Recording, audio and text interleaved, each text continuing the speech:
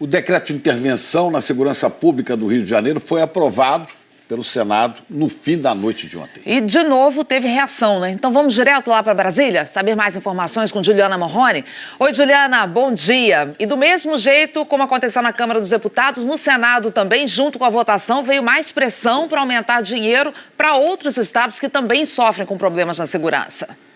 Mais recursos para todo mundo, né, Ana? Bom dia a você, bom dia, Chico, bom dia a todos. Mas essa questão da verba não está no decreto, inclusive em relação ao Rio de Janeiro, se vai receber mais dinheiro, de onde sairiam os recursos. Agora, a intervenção federal tem o aval do Congresso para continuar até o dia 31 de dezembro. Foi a última etapa e o Senado votou em peso pela intervenção federal na segurança do Rio. Foram 55 votos a favor e 13 contra, que vieram do PT, PCdoB e da Rede. E antes do voto sim ou não, foram mais de 3 horas de debate. Não há o que se fazer hoje no Senado Federal a não ser aprovar o decreto presidencial. Não há alternativa. Qualquer posição contrária é naturalmente embate político, mas também aqui estou para cobrar providências no que diz respeito a outros estados. Pedidos de atenção à segurança vieram de vários senadores que também são de estados que sofrem com a violência. A oposição cobrou planejamento e dinheiro para resolver o problema. Isso, minha gente, é absoluta improvisação. Ninguém toma uma medida relevante, excepcional, extraordinária e de exceção como essa sem ter o mínimo de planejamento. O relator do decreto foi justamente o suplente do prefeito do Rio, Marcelo Crivella, Eduardo Lopes, do PRB, também do Rio. Intervenção federal, desta forma, deve ocorrer tão somente quando existem situações de tal monta que o aparato institucional existente não tem condições de responder. O ministro da Defesa, Raul Jungmann, acompanhou boa parte do debate, mesmo com a certeza de que o governo tinha votos. O Senado, assim como a Câmara, não pôde mudar o texto enviado pelo governo. E o presidente do Senado barrou quem insistiu em debater a forma que foi feito o decreto. Eu não acredito que Vossa Excelência vá caçar os meus argumentos. Discussão do projeto em turno único. Senador Renato, você conhece regimento. O decreto de intervenção federal na segurança do Rio está em vigor desde sexta-feira, mas precisava do aval do Congresso para continuar valendo. Trâmite que terminou nesta madrugada. Pelo decreto, a intervenção vai até o dia 31 de dezembro e o dinheiro para as ações continua sendo uma preocupação aqui no Congresso. Agora alguns senadores querem criar uma comissão externa exatamente para acompanhar o trabalho e os desdobramentos do que for feito no Rio. Ana, Chico. Ok, Juliana, e ainda falando da intervenção, o ministro da Justiça, Torquato Jardim, disse ontem que os mandados de busca e apreensão na intervenção federal na segurança do Rio não serão genéricos e que os direitos constitucionais serão respeitados. Bem, enquanto essa parte operacional da intervenção ainda está sendo planejada, a violência na cidade não dá trégua. 8 bandidos fecharam a rua, fizeram um arrastão e mataram um homem em Campo Grande, zona oeste da cidade. O crime aconteceu ontem de manhã e as imagens foram divulgadas no fim do dia. Nelas dá para ver Bruno Cazuca sendo atingido a queima-roupa por um dos bandidos.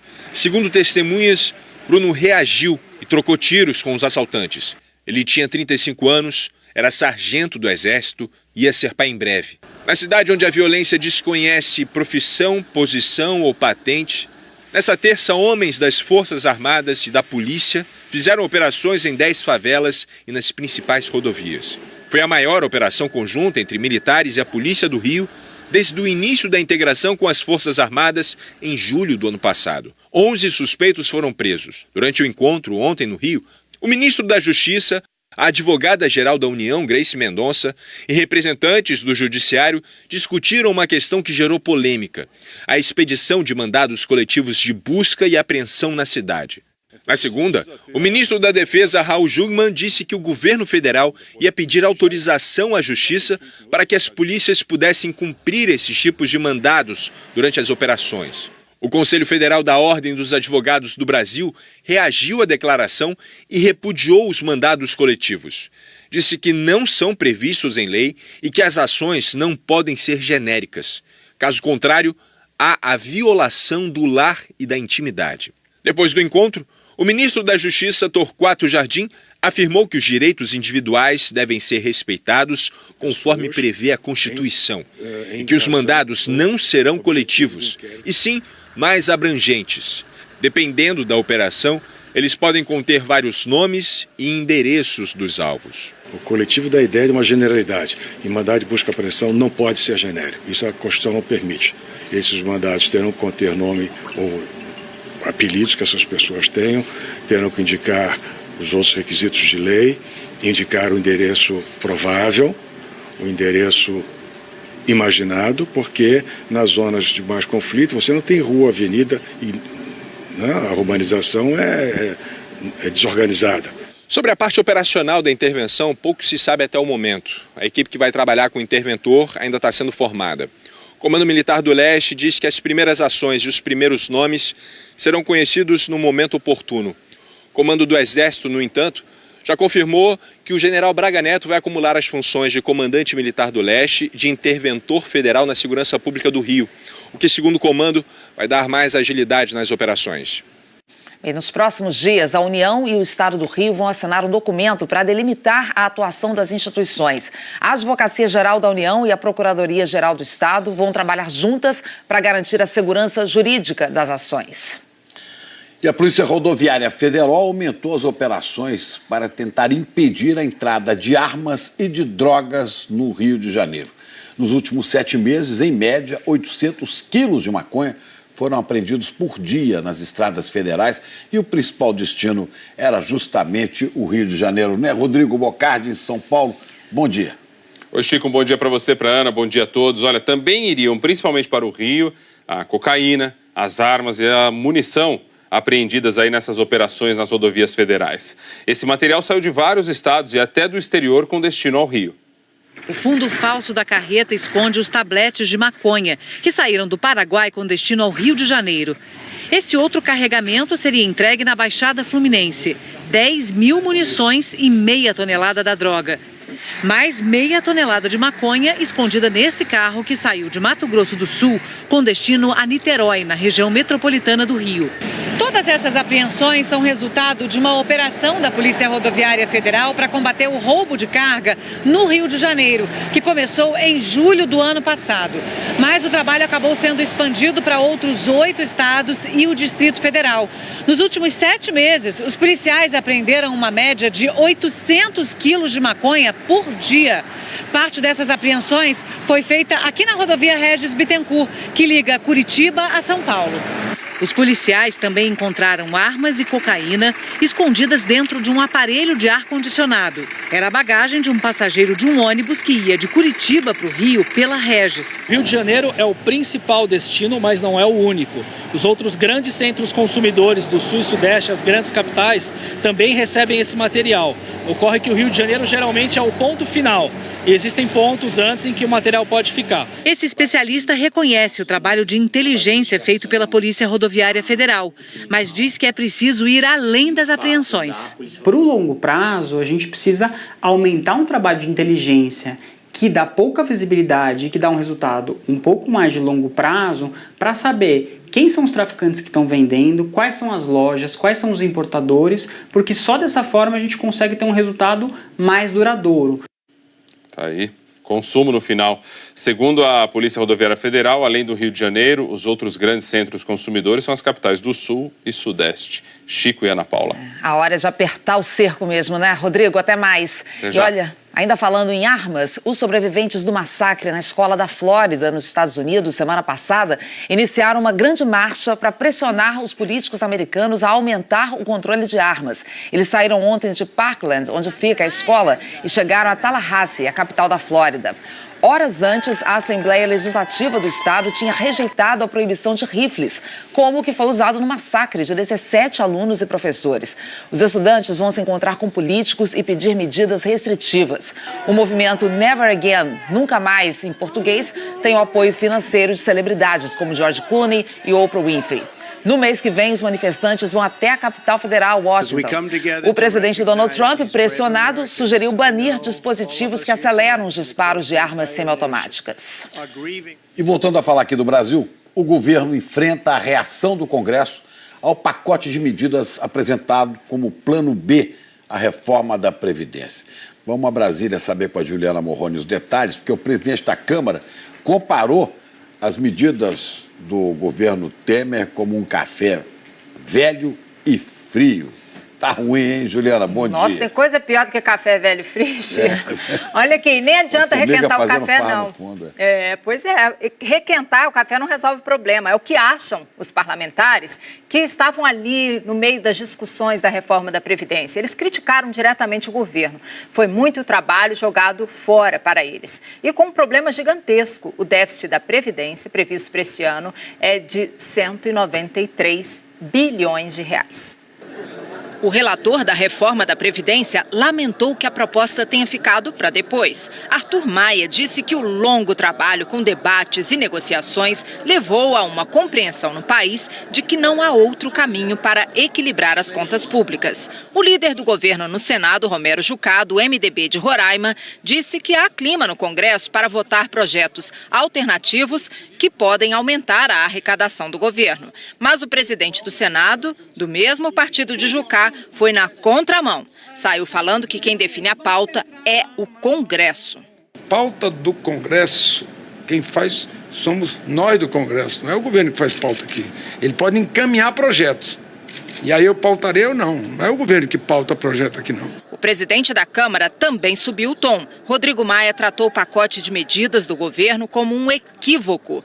Disse que o anúncio foi precipitado e sem diálogo. Das 15 medidas, 13 já estão sendo discutidas na Câmara. Foi um equívoco, foi um pouco de desrespeito ao parlamento, já que os projetos já estão aqui. Esse é um café velho e frio, que não atende como novidade à sociedade. Já estão tramitando e no tempo que a Câmara entender relevante, nós vamos pautar. E a avaliação de quem está imerso nos números, na cratera das contas da Previdência, é de que o momento era de café novo, bem feito, uma reforma estrutural na reforma na Previdência. Ana, Chico, oi Miriam. Oi, cafezinho feito na hora, muito bom. Mas café novo e cafeteira velha, coador velho.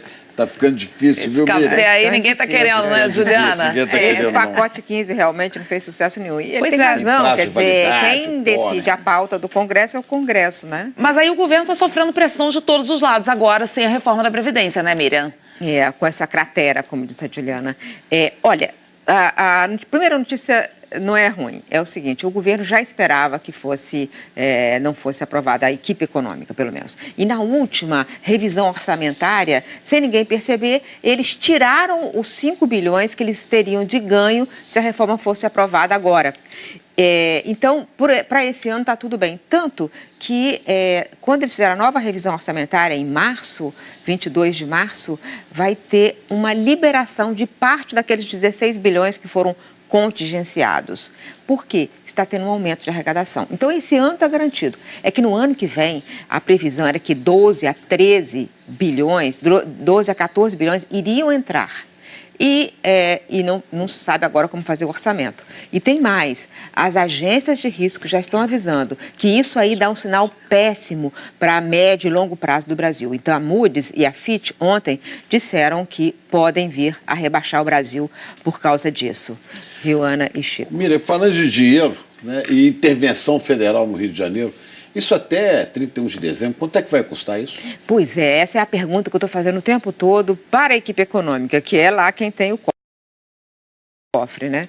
E o que eles dizem, Chico, é o seguinte, o ano passado, a operação no Rio de Janeiro, toda a operação, na Maré e em todos os outros lugares, e mais os gastos com o Ministério da Justiça e o Ministério do Desenvolvimento Social no ano passado, custaram 600 milhões. Isso em 2014 para 2015, os 15 meses, né? E pegando tudo, inclusive a parte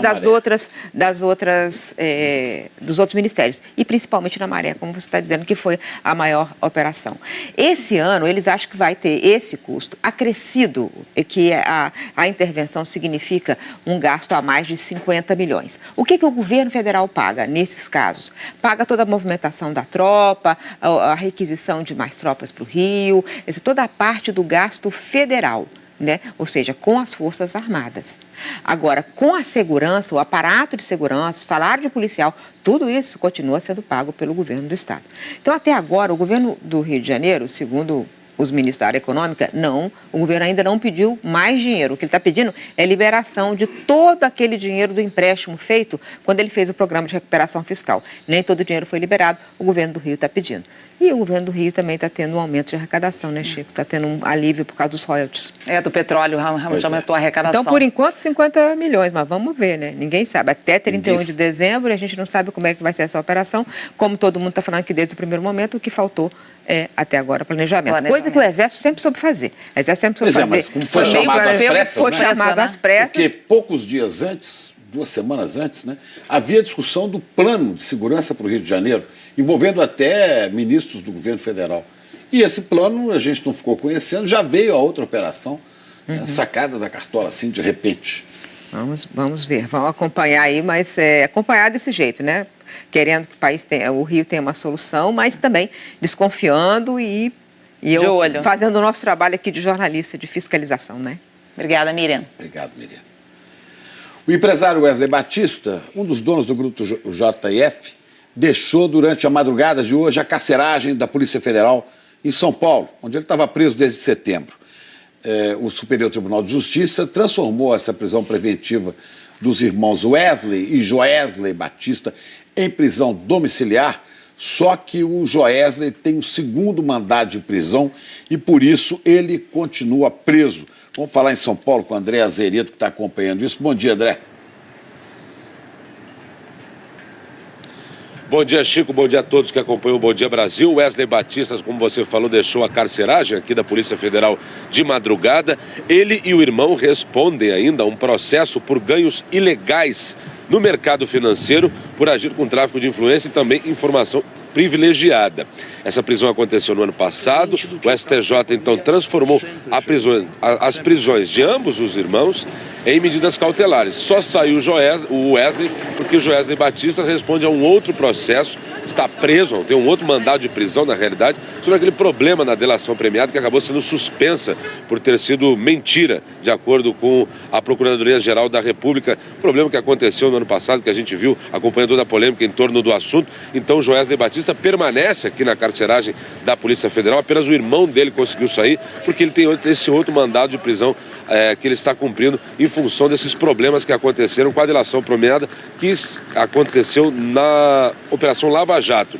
Esse processo que ainda está correndo, de ganhos ilegais no mercado financeiro, que é a outra prisão que ele responde, que agora teria o benefício das medidas cautelares, mas não tem mais, serviu só para o irmão Wesley Batista, que saiu ontem, mas não pode deixar o Brasil, tem uma série de restrições, não pode ter contato com outros réus que respondem a esse mesmo processo de ganhos ilegais no mercado financeiro e também deve estar sujeito ao monitoramento eletrônico. Conversamos com o advogado ontem e não confirmou, por enquanto, se ele vai ou não usar tornozeleira em casa, Chico. Ok, obrigado, André. Obrigado, André. E terminou a crise envolvendo a indicação para o Ministério do Trabalho. O PTB desistiu do nome da deputada Cristiane Brasil. O partido resolveu indicar o atual secretário executivo do Ministério. Finalmente, né, Juliana? Foram mais de 40 dias dessa novela com o Ministério do Trabalho sem um titular. Ana, você sabe que lá no Palácio do Planalto, até mesmo governistas já não aguentavam mais essa novela. É claro que eles precisam dos votos do PTB, né? Mas agora esperam que não haja Vale a Pena Ver de novo. O impasse foi longo demais pela persistência do PTB. E diante da dificuldade enfrentada na Justiça para dar posse à nova ministra, Cristiane Brasil, o PTB finalmente cedeu e disse que é para não deixar o Ministério parado. É o fim da novela que começou no dia 3 de janeiro, sem o desfecho esperado pelo presidente do PTB, Roberto Jefferson, a quem coube, na época, anunciar que a filha, Cristiane Brasil, seria ministra do Trabalho e resgataria a imagem da família. É um resgate, sabe, querida? É um resgate. Mas a nomeação de Cristiane empacou, não saiu do papel. Um juiz de Niterói suspendeu a posse, considerou ofensa à moralidade alguém com problemas na justiça trabalhista ser ministra do Trabalho. Ela foi condenada a pagar dívidas trabalhistas de um ex-funcionário e fechou acordo com outro. A Advocacia Geral da União e a própria Cristiane recorreram. A batalha judicial passou pela segunda instância e foi parar no Superior Tribunal de Justiça, que autorizou a posse. Mas em outro recurso, a presidente do Supremo, Carmen Lúcia, suspendeu a posse de novo e, na semana passada, decidiu que cabia ao plenário do STF a palavra final. Roberto Jefferson desistiu da filha ministra.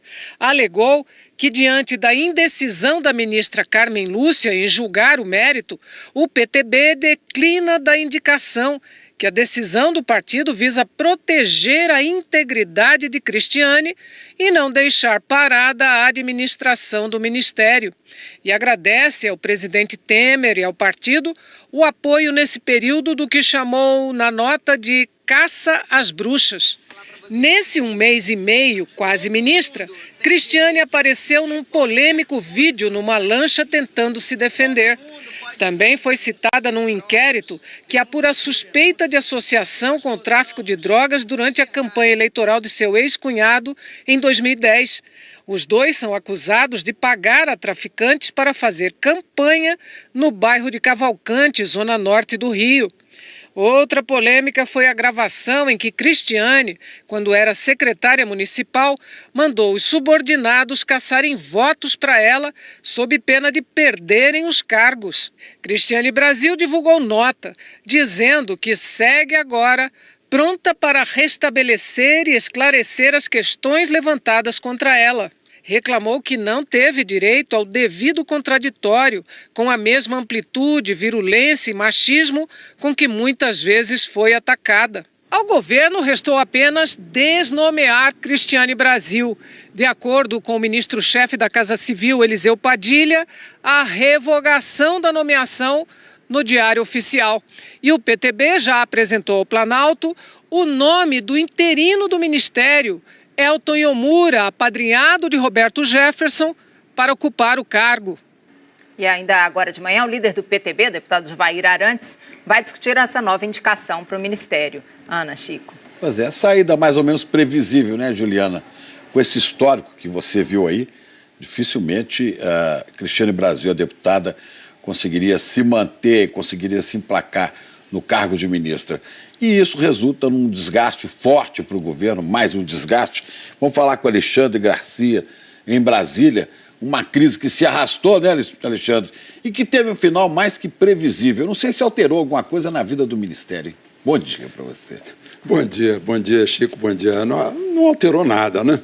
E chega ao fim essa novela que durou quase 50 dias, sem que tenha havido um final feliz para a heroína, que, usando a expressão popular, foi morta pelo cansaço.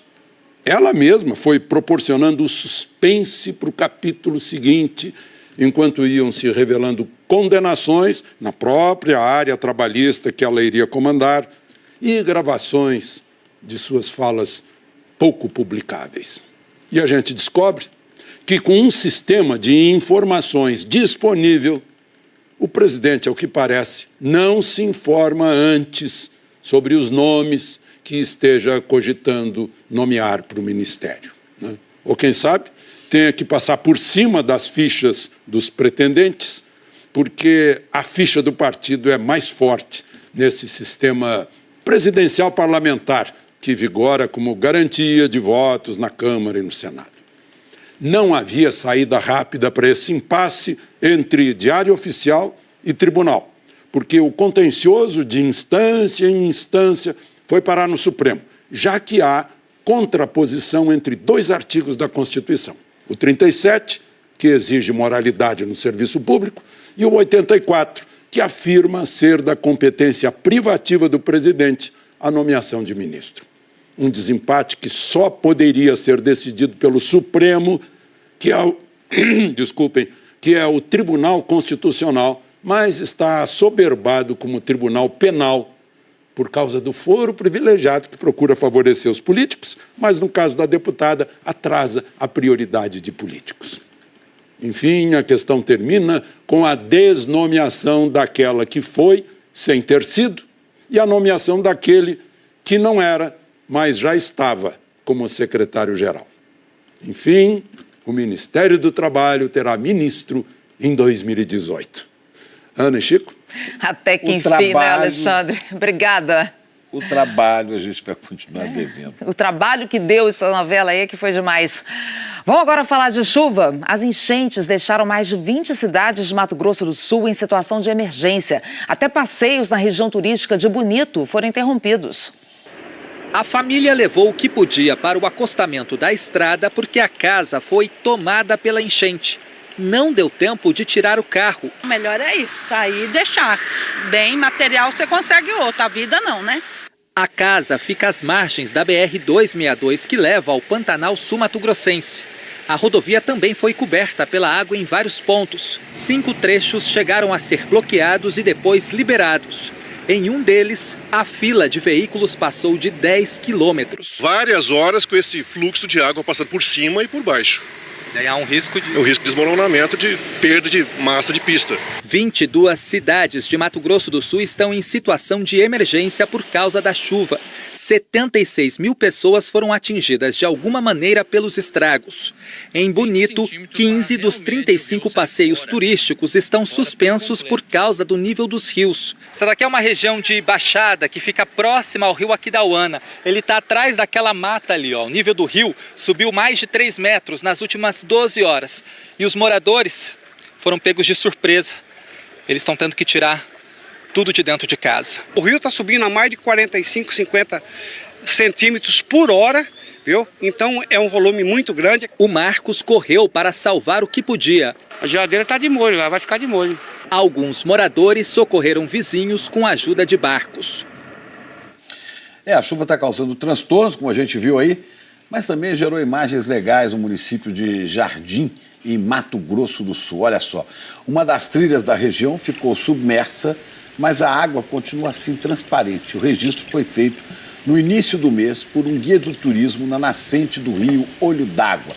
O local, que normalmente fica seco, é o ponto de partida para os passeios de flutuação. Olha, isso aí debaixo d'água, para você não achar que é uma lente azul, não. Olha que lindo, a lâmina d'água em cima. Linda imagem, a região é fantástica. E tudo intacto ali embaixo, né? Hora então de saber de previsão do tempo. Vamos conversar com o Thiago Scheuer. Thiago, bom dia. Começando então por Mato Grosso do Sul. Essa chuva por lá, que também está trazendo muito transtorno, continua? Oi, Ana. Bom dia para você, para o Chico. Bom dia, Brasil. Vai continuar, viu, numa parte do estado. Olha só, a chuva vai dar uma trégua no sul de Mato Grosso do Sul, só que no restante, então, do estado, vai continuar chovendo. Nas últimas 24 horas, as 2 cidades de Mato Grosso do Sul que mais acumularam chuva foram Aquidauana, 168 milímetros, e a capital, Campo Grande, com 67. Em Aquidauana, por exemplo, em 12 horas choveu tudo que é para chover em fevereiro, de acordo com a média.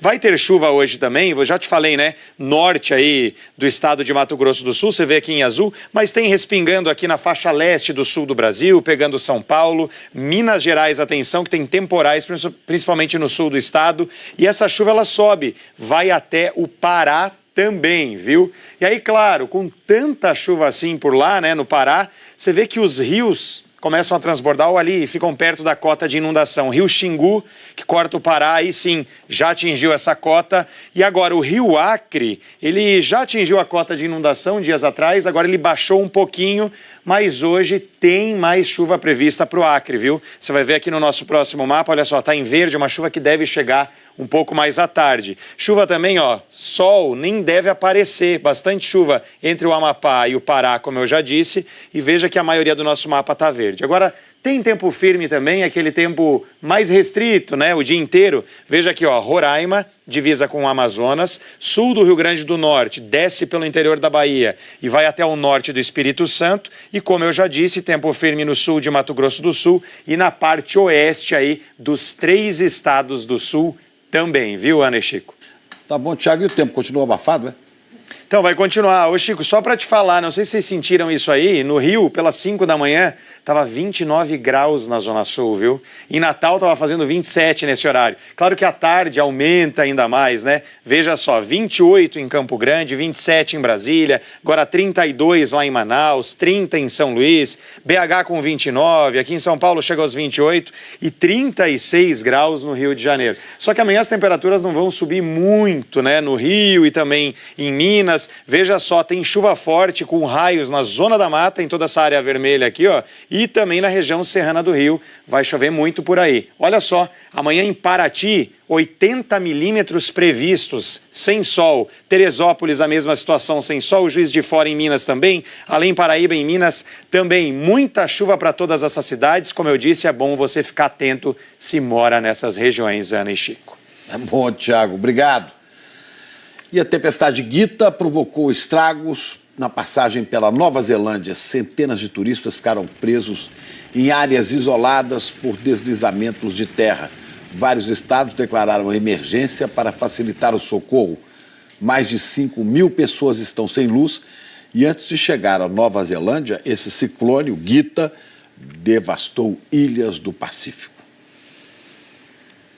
Ainda hoje, você vai ver que com a melhora na economia, os brasileiros estão retomando velhos hábitos na hora das compras. E mesmo com a crise, a produção de energia eólica no Brasil avança e beneficia milhares de pessoas no Nordeste. As imagens assustadoras da tragédia na Síria. Só em 3 dias, mais de 200 pessoas morreram por causa de bombardeios. E você vai saber os segredos dos superidosos que chegaram aos 80 anos com saúde de fazer inveja a muita gente jovem por aí, viu?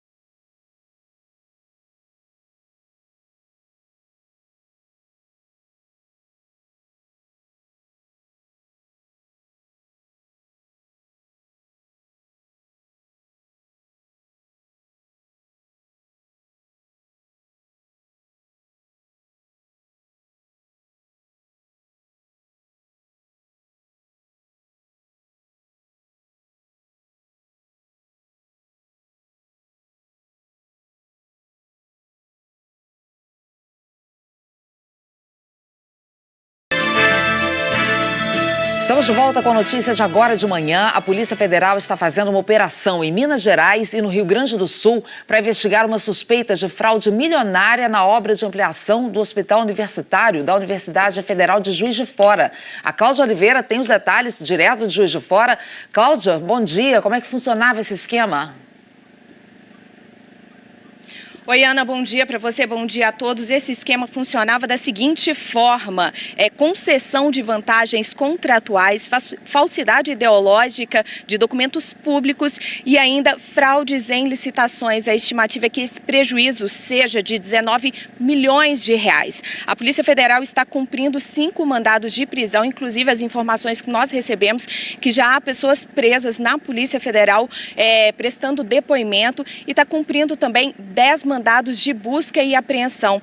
Essas prisões são contra ex-servidores públicos da Universidade Federal de Juiz de Fora e também empresários que estavam ligados, a uma empresa de engenharia das obras de ampliação do Hospital Universitário aqui de Juiz de Fora. Ana, Chico, volto com vocês. Obrigado, Cláudia. Tem bandido de todo tipo, de todo padrão.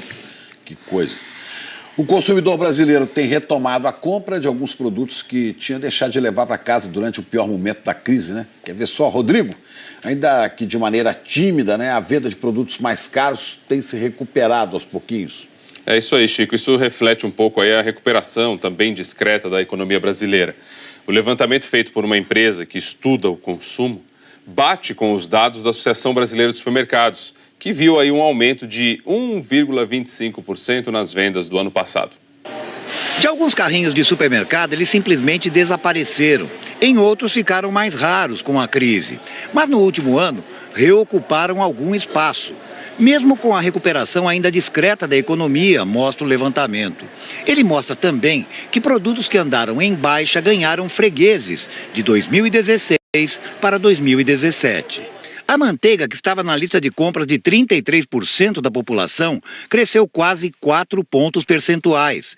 O requeijão, 2,2%. O azeite, 2 pontos. Não faz salada com azeite, tem coisa que dá para passar sem, Não deveria, mas passa sem. Para evitar a despesa, até escova de dente e shampoo estavam durando mais. Recuperaram quase 1 ponto percentual entre os consumidores. Parece pouco, mas é muita gente. 1% da população representa 500 mil lares a mais comprando o produto. O esforço para fazer as compras caberem no bolso não se limita a eliminar ou reduzir o volume de certos itens nos carrinhos. Os consumidores têm uma série de outras estratégias, algumas clássicas, que nunca saem de moda. Promoção. Esse mercado geralmente tem os dias mais baratos, a gente escolhe pelos dias mais baratos. Mas é ir procurar comprar mais barato, trocar marca, Mas esta última crise também acrescentou novidades ao comportamento do consumidor, diz uma das organizadoras do estudo. Escolhas mais inteligentes para evitar desperdício. Ele pode comprar embalagens mais simples, que têm preços mais baixos. Ele pode comprar embalagens menores, que têm menor desembolso, ou maiores, que têm o melhor preço por quilo. De acordo com o consumo. De acordo com o consumo. E com isso sobra mais dinheiro para ele comprar os pequenos luxos e continuar comprando marcas que para ele são importantes. Olha, fechando a conta, o iogurte ainda não voltou para os carrinhos, o consumo caiu no ano passado, a venda do suco pronto, de macarrão instantâneo e do tempero pronto de feijão, essa venda também caiu. Chico e Ana. Vamos adaptando o cardápio, Rodrigo? Vendo o que está mais em conta. Até já. Até já. Notícia boa agora, o Brasil avançou na geração de energia a partir do vento. O país subiu de 9º para 8º lugar no ranking, que avalia a capacidade do país de produzir energia eólica, deixando para trás o Canadá. E é no nordeste do país onde funciona a maioria desses projetos. Em Curral Novo, no semiárido do Piauí, mais do que a terra são os ventos que mantêm os moradores. Uma vida transformada desde o ano passado, quando um complexo eólico chegou por aqui. Trouxe muita coisa boa para a região. Emprego, renda, desenvolvimento. Agricultores vivem agora do arrendamento dos terrenos que receberam quase 100 aerogeradores, capazes de abastecer uma cidade com 400 mil habitantes, graças ao vento que sopra constantemente. Ele se mantém boa parte do ano numa mesma direção. E isso otimiza muito a geração né, dos aerogeradores. Então essa é a principal característica aqui da região. O investimento de pelo menos R$1 bilhão é uma amostra do crescimento do setor que fez o Brasil subir de 9º para 8º lugar em capacidade de energia instalada, deixando para trás o Canadá. De acordo com a Associação Brasileira do Setor, a energia eólica já responde por 8% de toda a energia produzida no país, atrás das termoelétricas e das hidrelétricas. Mas no Nordeste, com menos recursos hídricos, os ventos são responsáveis por 30% da energia consumida. Com a produção aumentando, a preocupação é fazer com que toda essa energia gerada nos parques eólicos chegue até o consumidor. Para diminuir essa distância, o que está sendo feito agora é investir ao mesmo tempo na geração e na transmissão de energia. A falta dessa sincronia vinha deixando muitos parques prontos e parados, uma realidade que está mudando com os leilões. Mas o diretor do sindicato, que congrega 50 empresas do setor, diz que ainda é preciso aumentar o investimento na estrutura de transmissão para que os ventos possam ser mais explorados. Para o volume de projetos que nós já temos aqui, nós precisaríamos de bem mais infraestrutura para que todo essa capacidade de geração que nós temos, que a natureza nos deu, possa ser excubada. A presidente da Associação Brasileira de Energia Eólica diz que o país pode subir ainda mais no ranking mundial, mas isso depende que bons ventos soprem na economia para atrair investidores. Existem muitos investidores interessados em investir no Brasil. Então a gente só precisa de demanda, e para ter demanda a economia precisa crescer. E o Ministério Público do Pará investiga denúncias de vazamento numa mineradora em Barcarena, a 30 quilômetros de Belém. Moradores dizem que o reservatório de rejeitos da Hidroalunorte transbordou com a chuva do sábado passado e que a água contaminada teria atingido ruas, casas e um rio. A mineradora norueguesa afirma que não houve vazamento. A Secretaria Estadual do Meio Ambiente fez uma inspeção e também descartou o transbordamento. O Instituto Evandro Chagas coletou amostras de água na região e vai divulgar até amanhã o resultado da análise. Intervalo rapidinho. A seguir, o juiz que ficou famoso ao ser flagrado dirigindo um carro do empresário Ike Batista é condenado a mais de 50 anos de prisão. E eles chegaram aos 80 anos e têm mais neurônios que jovens de 20. São super idosos.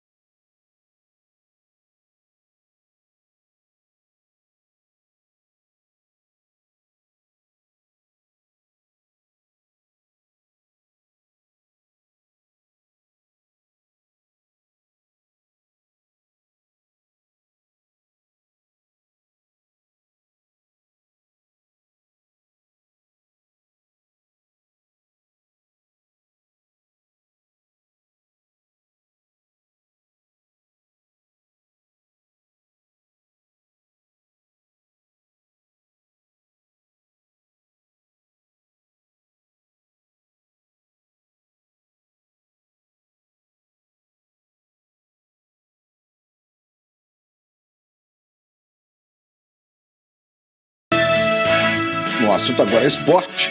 O Brasil vai disputar a decisão da patinação artística feminina. A Cris Dias está aqui com a quase professora dela, né, na final.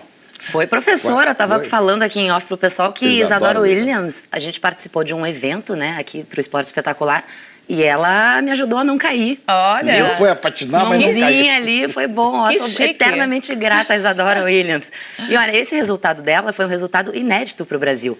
A Isadora Williams ficou entre as melhores da modalidade e classificou o país para a decisão da patinação artística pela primeira vez na história. Isadora Williams.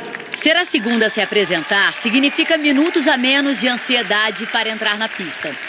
Mas uma espera mais longa pelo resultado. A carinha de alegria ao final confirmava. Isadora Williams encantou ao som de Hallelujah. A ação foi muito forte. O português conta um pouco da história de Isadora. Filha de uma brasileira, nasceu e sempre morou nos Estados Unidos. Na Coreia do Sul, contou que, para ajudar a relaxar e se soltar, antes da minha competição, eu dancei com o meu coach e ouvi a música da Anitta e... Vai, malandra, vão pegando com bumbum, com bumbum, Pai, mãe e irmã chegaram à Coreia horas antes para assisti-la. Estar entre as 24 classificadas ainda dependia do que as adversárias viriam a fazer. No telão veio a confirmação da classificação de Isadora Williams. Um resultado histórico para ela, para o Brasil e para a América do Sul. Que pela primeira vez tem uma atleta na patinação artística competindo no programa livre, que a gente também pode chamar de final olímpica. Um sorrisão tão diferente daquela reação de 4 anos atrás, quando foi a última de 30 atletas nas Olimpíadas de Sochi, na Rússia. Hoje, Isadora se classificou com a 17ª melhor nota. O que ela resumiu em uma palavra: redenção. Redenção do Sochi, porque o meu programa curto em Sochi não foi bem. A palavra orgulho também definiria esta conquista. Bem brasileira, ainda que com sotaque.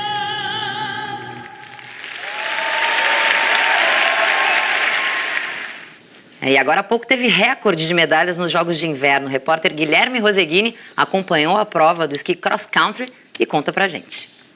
Uma jornada histórica no esqui cross country aqui em Pyeongchang. Na prova feminina por equipes do sprint, a Noruega terminou em 3º lugar.